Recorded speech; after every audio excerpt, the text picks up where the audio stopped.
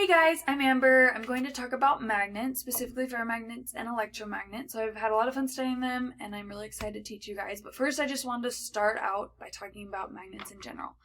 So as you can see and everyone knows, each magnet has a north and a south pole. And if these north poles line up, or these south poles, then they are going to repel or push apart. And then if they're flip-flop, meaning the north and the south are next to each other, they're going to attract and the magnets are going to fly together. So I'm sure you guys have all experienced this, when you have two magnets, you're trying to get them together and you're pushing and they just won't go together. Or you have two magnets and all of a sudden they fly together and you can't get them apart. So it's just showing unlikes attract, likes repel. And then also I wanted to say that if you break a magnet in half, it's not like, oh, now you have a south pole and just a north pole magnet, but you actually have two new magnets, so each with their own south and north pole. So you break one into two, then you break two into four, and so on, even down to the tiniest little atom. And these magnetic atoms each act like tiny little magnets, and they have their own north and south poles. So that gets us into ferromagnets, and ferromagnets are pretty much your everyday magnet. They're made from metals, they have magnetic properties. The most common one is iron, which is why it's called a ferromagnet, because ferro in Latin means iron. So these ferromagnetic materials all have strong magnetic properties, and they can respond to magnets, or they can even be magnets themselves, and we'll talk about that more in a second. But the ferromagnetic materials have both macroscopic scales and microscopic scales, like you can see in this picture. So on the microscopic scale, it means that even the little tiny atoms in the ferromagnetic material actually act like these small magnets. So picture tiny little atoms, and they all have magnetic properties with their own north and south poles, like you guys saw on the slide before. And these atoms actually have magnetic moments that come from the motion of its electrons. And these tiny atoms have a direction of magnetism and can arrange themselves into small units that are called domains. And each domain, although it's microscopic in size, contains millions of billions of atoms, and all of these atoms are aligned in the same direction, like you can see here. And if you get a bunch of domains together, then you're, on the macroscopic scale.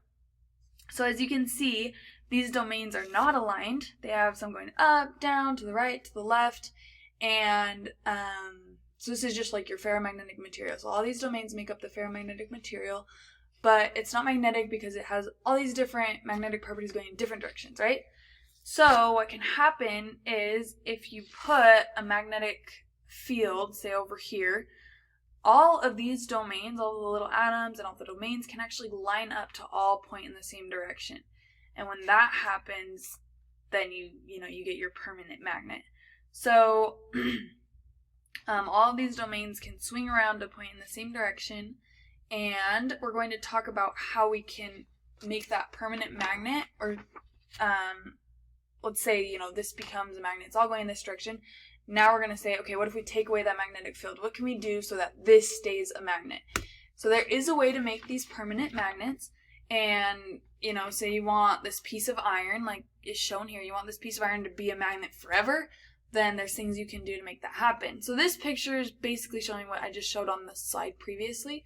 But all of these domains going in different directions, and then, they can gradually, flip to the same direction, and then you have your one north and south pole. So that can be done by putting this material, this magnetic material, in between a magnetic field.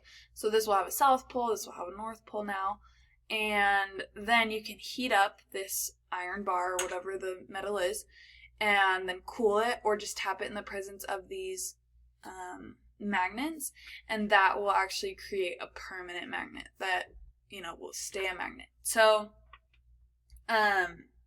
that's kind of cool. You have a way to just make a magnet out of these these pieces of metal, especially iron. So as we so well learned in Physics 106, the source of all magnetism is current. So this will be easy to see as I explain electromagnets, because it's literally running electrical current through metal to make a magnet. But I also wanted to point it out for ferromagnets because it might be hard to see how it runs on currents.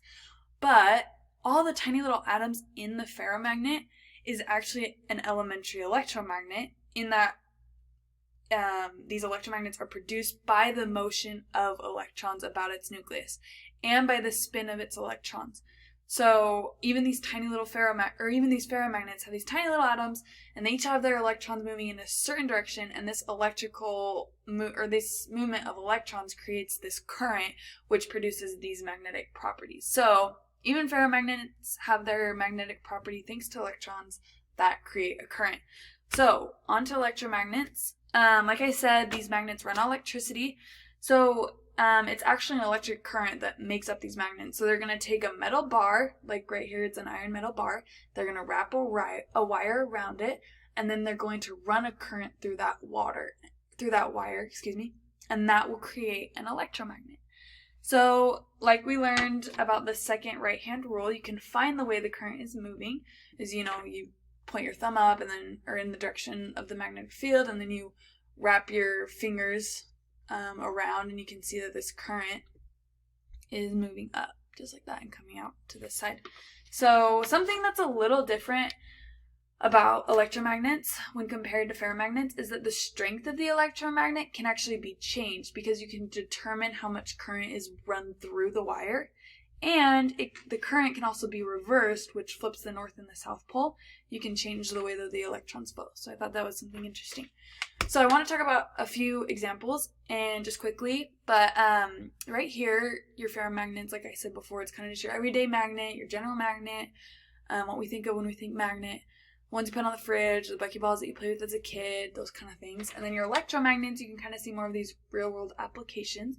So starting out with like the MRI machine, it's actually a huge electromagnet that sends electricity through solenoid loops of wire, and that causes a magnetic field, and it forces the protons in the body that's inside the MRI machine to align with that field, so you can get that imaging. And then right here you can see electromagnets are also used to make electromagnetic motors, also generators, loudspeakers, things like that. Then you can see in this metal separation tool, this metal part acts as the core, and there's a wire running through it, and that actually attracts, this metal in the garbage and pulls it out. So, electromagnets are used everywhere, even in these magnetic separating tools. So, for the rest of my video, I took a chemistry lab class. I really liked it. We made ferrofluid, which relates to the ferromagnets I was talking about, because it's basically a ferromagnet and fluid mixed together. So I redid this experiment to show you guys an example of how these ferromagnets work, and especially this ferrofluid. And these ferromagnets have a strong environment in them that display permanent magnetism, like I talked about. So if you put that with the liquid, you can make a ferrofluid. So it's literally mixing this idea of a ferromagnet and liquid, and you're making a fluid that's magnetic. So these ferromagnets actually, like you can see, these ferrofluid can actually make spikes, like is shown in this picture. And these little magnetic fields turn these particles into tiny magnets, and they can actually move around, like you'll see later in my experiment. But the magnetic field and the gravity and the surface tension, all that, allow these particles to make spikes. So it's really cool, really fun to play with this. So let's get on to the experiment. So like I just explained, we're going to do an experiment making ferrofluid. So if you combine a ferromagnetic substance with a liquid, you can get a ferrofluid. So like you can see, I'm in a lab. It's not really something you can do at home, and I'm going to put on the correct protective gear. But first I'm going to walk you guys through the experiment and tell you how it's going to go, and then do a time lapse of me doing the whole thing, and then at the end we're going to do another video showing you guys what we made. So, and what you can kind of do with it. So first, we're starting out with obviously the ferromagnetic substance, which is iron chloride, and then we're going to mix that with hydrochloric acid. And after we mix that with a stir plate in a beaker, we are going to slowly add ammonia, and that will make a black precipitate of magnetite form. So once we've done that, we'll turn off the stir plate, we'll remove the stir bar, and then we're going to add a small amount of water and kind of like rinse it off. And then we're going to place a magnet at the bottom, and it will kind of bring all of that magnetite down so that we have the black precipitate on the bottom of the beaker. And then once that's been done, we can remove the magnet and place all of the magnetite in a plastic container. Once it's been transferred and rinsed a few times to make sure we have all of the magnetite, we are going to add a solution of tetramethyl ammonium hydroxide, and this is kind of going to allow that the magnetite to set and stabilize. And once we've done that, we're basically done. So we'll just, remove the excess fluid, and then you have your ferrofluid. And it's going to take a little bit longer than that, than I just explained, but we'll do a quick time lapse, and then you guys can see like the different spikes that are formed, like you guys saw in the picture on the slideshow. So here we go.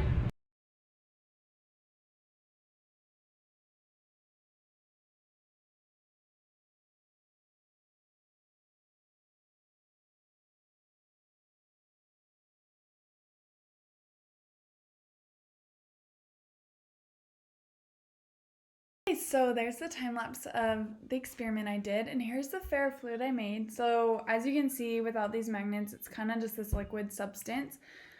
But as soon as the magnet's there, it allows the iron in the ferrofluid to kind of get those magnetic properties, and it can interact with the magnet and form kind of that bubble that you guys can see at the bottom.